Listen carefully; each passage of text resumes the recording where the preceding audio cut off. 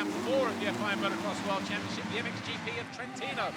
In the MX2 ramp qualifying race, Sasha Coonan and Andrea Adamo disputed the whole shot, but it was the number 19 who came out on top. Adamo almost got wiped out here, possibly by Jack Chambers, I think, at the bottom of the hill. Elzinger was there in third, Langenfelder fourth. Everts just behind there on the 72 in fifth, and then Harrop. Those two would change positions on the opening lap, but Everts would have to find his way back past the number 11 to move back into that fourth position before the end of that opening lap. Lucas Coonan, though, went out of the race on lap 4. We don't know if it's technical or an injury. More news on that as and when we get it. But not a great start to this Grand Prix for the 96. Adamo then found his way past Sasha Coonan to take over the lead on lap 7. Coonan tipped over as the two came together.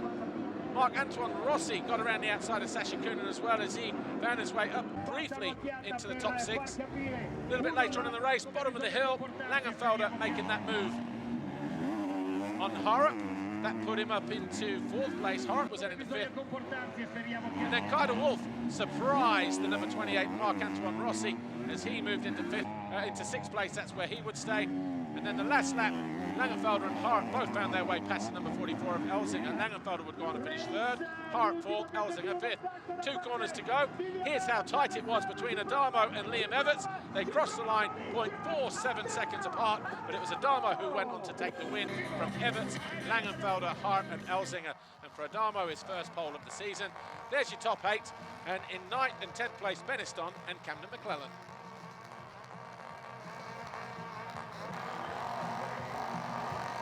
The championship now looks like this. De Wolf, Langenfelder, Adamo up to 4th and Everts up to 8th.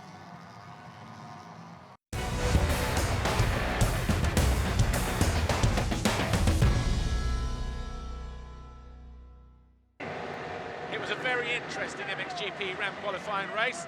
Fevre got the jump on Prado. He still thought he could rail around the outside though, after switching lines on the way into the turn. It was a drag race down to turn 2, but it was Fevre who led the way on the opening lap. Prado there in 2nd, Koldenhoff 3rd. Geiser a few positions further back as the number 41 got himself into 3rd. With that move, that was Jonas on Valentin Guillot, Hurlings and Geiser just behind. And then Geiser just behind Hurlings as Guillot ejected himself out of 6th place. He picked himself up in 15th.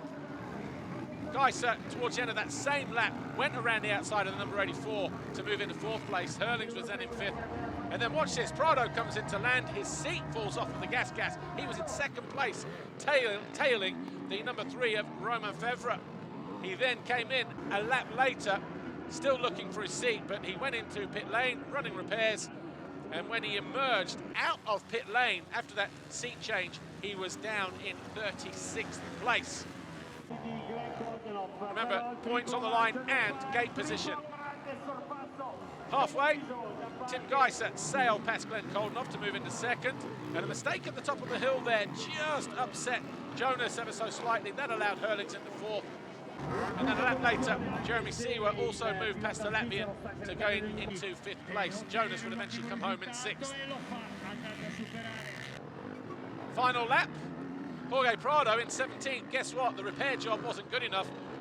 Didn't lose any more positions. He will go to the line in 17th. Romain Fevre took his first pole position of the season, his first ramp qualifying win, his first 10 big points of the season. Of course, Tim Geiser 2nd, Koldenhoff 3rd with his best result. Then Hurlings, Seewer, Jonas, Valandren, Cornelius Tondale, Valentin Guillot and Ben Watson.